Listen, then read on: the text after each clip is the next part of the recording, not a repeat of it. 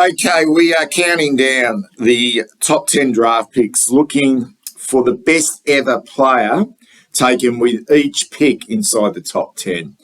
And we're up to selection number 2. So we'll go right through 1986 to 2021. We'll try and find the best ever player. I break this up into categories. I've got the not so notables, the notable mentions, the newbies, and then the best ever. Everyone taken with selection number 2 in the history of the VFL/AFL draft will get a mention at some stage throughout this video. So let's go right back. We'll start with the not so notables. We have gone, I reckon, back to 1986 for just about every one of these videos. In fact, I think the last one, Stephen Phoebe, selection number 3, was the first of the notable mentions from 1986. But we go back to 1986 for the not so notable mentions and a player by the name of Steven Sims from South Australia, West Torrens, in fact. He was selected with pick number 2 by the St Kilda Football Club. Didn't play a game. Would have been Moorabbin at that stage. The Saints would have been at Moorabbin. Did not play one single game. He was 23 years of age. In fact, trying to do some research on Steven Sims, I couldn't even find any information about whether he even made the trek across from South Australia to St Kilda, because according to his stats, and it's all about him in the sample, he played for a period of time with West Torrens, got drafted in 1986. Now, he was supposed to be at St Kilda in 1987, but according to his statistics, he actually played for North Adelaide in 1987. So maybe he didn't even come across. Surely there's some St Kilda supporters out there who would remember Steven Sims, 1986, selection number 2 for the Saints. 1987, Chris McDermott. Now, when he played for Adelaide, where he played 117 games, that wasn't until 1991.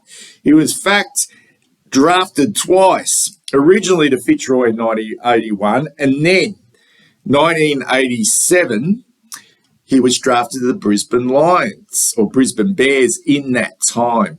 And he decided to remain in South Australia. So he didn't play a game with the Brisbane Bears, so he falls into the not-so-notables. But later on, he did play 117 games for the Adelaide Crows. I think he may have even... Did he captain the Adelaide Crows in their inaugural year? He may have done that. 1988, Todd Bremen. Now, he was a cricketer, a really good cricketer in the summer, playing for Western Australia, and a footballer in the winter for Subiaco. He got his opportunity with the Eagles, where he played 25 games. Then he came across to Victoria, played a further 25 games for Richmond. And Kevin Sheedy, before he got drafted, said in 1991 that he believed Todd Bremen was the best footballer outside of the AFL. And he was regarded as probably the biggest kick in the competition as well. That was his strong suit. 1992, Nathan Chapman, probably better known post his AFL career for having gone over as a punter, probably the first of the punters from the AFL system to go over. Green Bay Packers, then the Chicago Bears, runs an academy now for future punters here in Victoria. Well, he got drafted by Brisbane, spent some time there as a defender, went to Fitzroy, Hawthorn, played 76 games. In 2004, that was when he made his way over to the States. 2006, Scott Gumbleton, Western Australian, big key forward, who just couldn't get on the park. I mean, it was just injury after injury after injury for Scott Gumbleton. From Peel Thunder, Essendon picked him up, played 35 games in 7 seasons, kicked 45 goals, went to Fremantle and didn't register a game, and it just continued right throughout his career, those injuries. 2009, another player who had chronic injuries, Jack Trengrove, who was same year that they got Tom Scully to the D's with pick 1. they got Jack Trengrove with pick number 2. He was thrust into the captaincy at a very young age with Jack Grimes when Mark Neal took over. And it appeared to not only affect the fabric of the football team, but it certainly affect the form of those young players. He had foot injuries, and after 86 games at the D's, he was delisted. He got an opportunity in his home state of South Australia where Port Adelaide picked him up as a delisted free agent. He went on to play only 3 games there before retiring. 2010, the very controversial Harley Bennell, Gold Coast Suns. Very talented, showed some great signs in his early days with the Suns when they first sort of came into the competition. I remember a game against Geelong where he just absolutely destroyed Geelong in a game at Metricon. Had so much ability, but he just couldn't keep out of trouble off the field. Left the Gold Coast Suns, went to Fremantle. Trouble just seemed to follow him. Played 2 games there and then 5 for Melbourne. But as I said, his whole career was just embroiled with controversy off the field. So in the end, he played the 81 games overall. 2011, Jonathan O'Rourke, another not so notable inside bull. Calder Cannons, I think he may have played. Ended up at the Giants with pick number 2. 9 games in 2 seasons with GWS. Requested a trade back to Melbourne. Found his way to the Hawthorn Football Club. And only played 12 games for the Hawks for a grand tally of 21 games in 6 seasons in the AFL. And the final not so notable is 2015 with selection number 2, and that's Josh Schache. Originally to Brisbane, his old man was actually drafted there as selection number 1 in the mid-season draft back in the 90s. Big tall boy. We know the story. Wiedering at 1, Schache at 2. Didn't work out at Brisbane. Requested a trade back to Victoria. There may have even been times when he was at the Lions that he came home for a period of time because he was homesick. Western Bulldogs then, a little bit better form with the Doggies, played in the losing 2021 grand final. In the end, though, 72 games and 78 goals. He now finds his 3rd home since 2015. He was a late trade to the Melbourne Football Club, but he's a not so notable. I don't have high hopes for Josh Schache. Notable mentions, 1989. The inconspicuous, I'd probably call him, Matthew Croft from the Western Bulldogs. 186 games, 72 goals. I just remember a game in his final season in 2004. The Bulldogs agreed. He was mostly a defender. The Bulldogs agreed to allow him and veteran Simon Garlick one final appearance in round 21. The game was against the Kangaroos at Marvel Stadium. And Croft played forward. He booted 5 goals in a match-winning performance. He was a serviceable type for the Western Bulldogs throughout his career. 1990, I'm putting him in the notable mentions because he can kick a sausage roll. And he had some really good games, but some poor games. That is James Cook from Tasmania. Originally drafted by Carlton with selection number 2. Kicked some bags with the Blue Baggers, then went to the Western Bulldogs, and then ended up at Melbourne. 77 games, 139 goals as a big full forward. He kicked 6 goals in the prelim final, a famous prelim final against the Adelaide Crows for the Doggies. That was in 1987, and he could have had 7. But the story goes that an apple was thrown from the crowd, which disrupted his kicking when he went for his 7th goal. And this would prove to be costly as the Crows came back to win the game after The Bulldogs led easily throughout, and they stormed home to win by 2 points, ending the Bulldogs season in 1987. In Adelaide, went on to win the grand final the following week against the Saints. 1991, Marcus Seecamp, defender from Fitzroy, 140 games, mostly for Fitzroy, then Melbourne. When the D's got Marcus Seecamp, another player that's been featured in this countdown, Martin Pike, ended up going to Fitzroy, so it was pretty much a direct swap. 1993, Nigel Lappin could play. Loved the way Nigel Lappin went about it. Brisbane Bears, 279 games, three-time premiership player, stories of playing in one of those grand finals with broken ribs. Best and fairest for the really strong Brisbane Lions team in 2004, the year that they lost the grand final. They were going for 4 in a row against Port Adelaide. He was a 4-time All-Australian and Brisbane Lions co-captain in 2007 and 2008, and is he still at the Cats as an assistant coach? He certainly lives in the Geelong region. He's been there for a long time at the Cattery as an assistant coach post his AFL career. 1994, Anthony Rocca started at Sydney. We often forget that Anthony Rocca actually started his career at Sydney, but he wanted always to come home. I think he was very, very reluctant to go to Sydney in the first place. Spent 2 years at the Sydney Swans where he played 22 games. Came home, joined up with his brother, Big Sav, at the Collingwood Football Club, and was a fine player, particularly at centre-half forward. 220 games for the Pies, so overall 242 games and 415 goals. And there was, to me, thinking back to when he was in his prime, there was no better sight in the game when Big Anthony Rocca unloaded, like his brother, unloaded from outside 50 and just watching that ball sail post-high through the big sticks, particularly at the G. 1995, Matthew Primus. Now, he was a Geelong boy, Geelong Falcons. His grandfather was former Geelong legend Reg Hickey.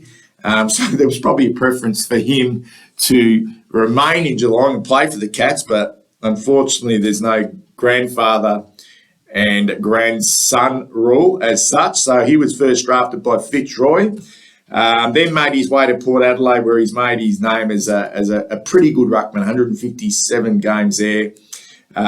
Ended up becoming coach at Port Adelaide as well in 3 really failed seasons as coach. But was a really serviceable and hard-working ruckman. Best and fairest of Port in 2002, couple of All-Australians and Port captain between 2001 and 2005, and tragically missed out on the 2004 premiership for Port Adelaide, their first ever, and he would have been the captain, would have held the cup aloft, but he copped an ACL injury in that season. Absolutely devastating for him. 1996, Chris Heffernan from the Bombers. Like a few players on this list, he had a couple of stints at Windy Hill. He went Essendon, then Melbourne, then back to Essendon to finish his career. 170 games, premiership player for the Bombers in 2000, in that year, an integral part of that premiership team. Him and a few other players were squeezed out at Essendon because of salary cap issues. Found his way to the D's. He wasn't as good there, and then spent his final years at the Bombers. 1997, Brad Ottens, South Australian, Big Otto. Good player at Richmond. Probably not as consistent. He was young. But, he played a lot of football at Richmond. So he played 245 games, 261 goals overall. He's a 100-game player at 2 clubs. First Richmond and then Geelong. Richmond struggling, Geelong building. They went after him. They wanted a ruckman. They got Ottens across originally to boost their forward line, and he ended up coming arguably, and Polly Farmer, obviously the best ever at Geelong, but just an amazing player in that golden run the Cats had where they won those 3 premierships, and he was a big game player. 3 premierships, All-Australian in 2001. Big Otto. ACL early in his career at the Tigers, and did struggle when he first arrived at the Cats, he did struggle, but became one of their modern greats in his time there. And I think he still is involved in periods at the club as well as a ruck coach. 1998, Justin Longmuir, better known as JL, always at Fremantle. Always as a player was at Fremantle. Had a lot of injuries, but was a good player. 139 games, 166 goals. Kicked the goal after the siren. A lot of these players have memorable moments. I remember that one. Sitting at home watching that one at Subiaco when he kicked a goal after the siren after taking a big pack mark in 2005 to snatch victory against the Saints. He's now coach, obviously, of the Fremantle Dockers and doing a really good job. And before that, he was the mastermind, I reckon, the mastermind at the Collingwood Football Club as an assistant when they made that grand final in 2018. We'll continue on with the notable mentions. 1999, Fremantle, Paul Hazelby, 208 games, AFL Rising Star for the midfielder in 2000, All-Australian 2003, and big game player in the derbies. He won 4 Ross Glendenning medals and now involved in the media, particularly on radio. 2000, Justin Kaczynski, probably played a little bit second fiddle to Big Nick Reebok, but he was good. Injuries, concussion issues at the Saints, 200 games, 247 goals. Like Hazelby the year before, he won the Rising Star. And he did have that massive knock where Daniel Syracuse from the Bulldogs ran into him at Marvel Stadium. And post that, he was just never quite the same. I just remember him fainting on live TV with David Shorts. It was one of the more bizarre things I've ever seen on TV, just seeing him collapse when he was being interviewed. 2001, Luke Ball in that famous draft, the Super Draft. St Kilda originally. He played 142 games for the Saints and 81 for the Pies. He got the success, I suppose, he craved, and that was a premiership with the Collingwood Football Club in 2010. And I suppose the irony of that was he'd been in a losing grand final the year before for the Saints against Geelong, and then he comes to Collingwood the following year. Was he squeezed out of St Kilda? Possibly. I don't think they fought really hard to keep him. And he came across and he won a premiership in 2010 against his old side, St Kilda. He was a captain at St Kilda as well. All-Australian best and fairest winner at the Saints in 2005. All up, he played 221 games. 2002, this bloke should have been at Carlton because of the salary cap issues. Carlton had pick 1 and pick 2. And they had those 2 picks taken off them. North Melbourne got Daniel Wells in 2002. He was from Perth, North, where he played a lot of really, really fine football at North Melbourne. Then, as a restricted free agent, went to Collingwood, not so good. Injuries caught up with him. Overall, 258 really good games, 166 goals. He was a class act. 2 times best and fairest winner at North Melbourne. 2003, another Indigenous boy who went to the Blues in 2003. Had high hopes for Andrew Walker. Carlton, I wouldn't say he didn't disappoint. He definitely didn't disappoint, but the way he started his career, his debut game, it's still talked about against the West Coast Eagles. Did he reach the heights of a number 2 draft pick? I don't know. It's debatable, but 200 games, 139 goals for the Blue Baggers. Knee injuries, which plagued him, particularly in the second half of his career. Spent a lot of time, very versatile, midfield, wing, half-back, and we remember that season in 2011 when he was the leading goal kicker at Carlton. Under Brett Ratton, where he kicked 56 goals as pretty much an undersized full forward. And who can forget probably the greatest mark ever seen? And it didn't win goal of the year. That was in 2011 as well at the MCG against the Bombers over Jake Carlisle, which got him the nickname Skywalker. 2004, Jared Roughhead Hawthorn. Gippsland boy, 283 games, 578 goals, 4 times premiership player. Coleman medal, 2013, 2 times All-Australian. Captain in 2017 and 18 and overcome a couple of bouts of skin cancer, which had spread internally as well to make a comeback. He was a superstar. 2005, Dale Thomas, Collingwood, then Carlton, 100 games at both clubs. Better known for his time at Collingwood, though. 157 of his games there. 2010 premiership player. Just very exciting. A lot of energy. And in 2011, Ross Lyon, then coach of St Kilda, was he coaching Fremantle then? I'm not quite sure. He may have been just started at Fremantle. Anyway, Ross Lyon in 2011, he actually came out and said that Dale Thomas was the best player in the competition. Came to Carlton under Mick Moldhouse as a free agent. Got a big contract, 5 years. Took him a while to really build into that contract and ended up becoming a really serviceable player and played 100 games for Carlton. 2007, Trent Cotchin, Richmond Football Club, Northern Knights, 287 games, 134 goals, still going, 3 times premiership captain. So 3-time premiership captain. Still the Richmond captain, 2013. Actually, no, sorry. He's not still the Richmond captain. That's been taken over by Grimes and then Curvis. But 2013 to 2021, best and fairest and Brownlow medalist in 2012, and AFL Coaches Association Player of the Year in that same year.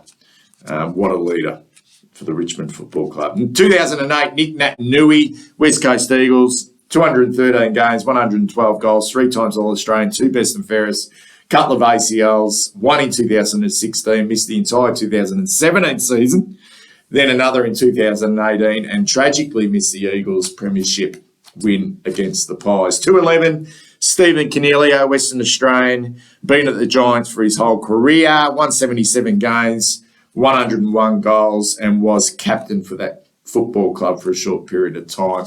He was a really good midfielder, goal-kicking midfielder. 2013, his partner in crime, Josh Kelly, still remains at the Giants. Son of Phil Kelly, who played 60-odd games for North Melbourne between 1981 and 1985. Thus far, Kelly has played 176 games, kicked 107 goals, All-Australian in 2017, a couple of best and fairest, and co-captain at the moment. 2016, Tim Taranto, another GWS product, now finds his way to Richmond. 114 games thus far. GWS best and fairest in 2019, the year the Giants made the grand final. And 2017 in the notable mentions, Andrew Brayshaw, 100 games. So he's notched up the 100, so he goes into this category. All-Australian this year, Lee Matthews Trophy this year. Is the sky the limits for Andrew Brayshaw? Can he catapult himself into, I'm not going to say one of the all-time greats, but one of those players where you look back on and it becomes a Dangerfield. It becomes a Bartel or a Judd. Can he get himself to that position? We're just going to have to wait and see. Newbies, 2018, Jack Lukosius, Gold Coast Suns, 63 games. He's a South Australian. He's decided to stay at the Gold Coast Suns. Started back. He's got his rightful position now, playing a lot more forward. 219, Gold Coast Suns as well. Noah Anderson, his old man, played for Hawthorn, 58 games. 220, big key forward for the Crows, Rolly Thilthorpe, 25 games so far, 26 goals. And 2021, Sam Darcy, Western Bulldogs, father and son selection, played 4 games this season. So the best ever. And obviously, there's some real standouts. When I say standouts, there's some great nominations here. Ottens, Roughead, Cotchin, just to name a few, who have all been huge parts of successful football teams. But this is the first time if I'm going to try and project, because I haven't really projected with any of the others. I've just really gone on their body of work, their total body of work, if you look through all those players in my list so far. But I'm going to project here. At 26 years of age, there's still a good half a dozen at least years of top high quality football, and even beyond that, more football. I still think the sky's the limit for this player, and I think if I match him up against all those other players in regards to just being dynamic and just a bit of a freak, I'm going to project for the first time in this countdown. Okay? Because I basically can't split Ottens, Roughead, Cochin. I just can't split them. But I think potentially this guy will go past that 3. And that is the best ever. And this is where somewhat of a weakness of pick 2. Okay? It's strong, but it's not jumping out at you. Okay? And you think of this, and you think of like Scott Pendlebury, he misses out on this list. He was pick 5. Dustin Martin, he was pick 3 and missed out. Okay? So 2014, the best ever. Selection number 2, and a bit of projection moving forward, is Christian Petrarca, Melbourne Football Club. So far, won 51 games, had an ACL in his first season at the D's. He's built into his career a little bit slow to get going, but he's not the first player to be slow to get going. He's now kicked 142 goals. He's already got 3 All-Australians under his belt. I think that's going to grow. That's the area that's going to grow. He's become a premiership player in 2021, and who knows what the D's can achieve after a bit of a down year this year. We know he's a big game player, Norm Smith medalist in that game. Best and fairest winner. He's got another midfielder who racks it up next to him, and Clayton Oliver, who takes folks off him. He's only 26 years of age. So the best ever. The best ever, with a bit of a projection moving forward. Selection number 2 in the history of the VFL/AFL draft is Christian Petrarca. So far, Dangerfield 10, Pike 9, Bartel 8, Selwood 7, McRae 6, Franklin 5, Pavlich 4, Judd 3, Petrarca 2. So if I rework that, which I've done so far, then we're nearly done. Pike 10, McRae 9, Bartel 8, Petrarca at 7, Pavlich at 6, Dangerfield at 5, Franklin at 4, Judd at 3, Selwood at 2. Selection number 1 soon, guys. Catch ya.